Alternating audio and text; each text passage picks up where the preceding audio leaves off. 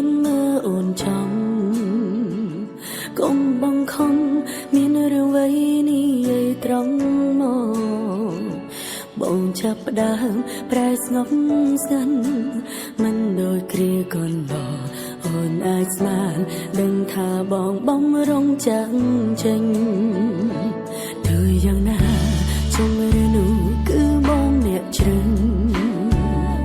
ត្រូវឬខុសដឹងច្បាស់អូនគ្មានសិទ្ធិសម្រេចបើបងយល់ពីអារម្មណ៍អូនពេលនេះតែបន្តិច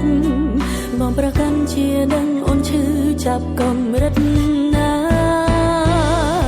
គឺអូនជាអូនដែលត្រូវបាត់បង់รู้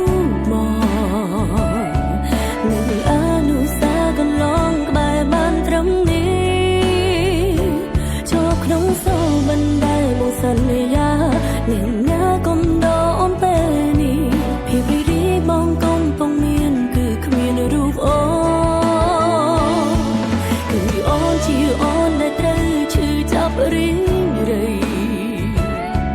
អូនគ្មានអន្ទីពលអ្វីអាចខាត់ខាំងបងថាបងត្រូវការសេរីភាពបងថាចង់ធ្វើតាមបេះដូងអូនមិនត្រឹមប្រើពាក្យលងលោមសម្រាប់ខ្លួនឯ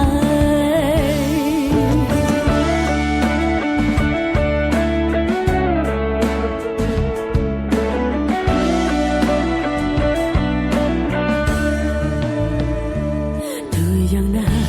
ជុំឬនោះគឺបងអ្នកជ្រឹងត្រូវឬខុសដឹងច្បាស់អូនគ្មានសិទ្ធិសម្រេច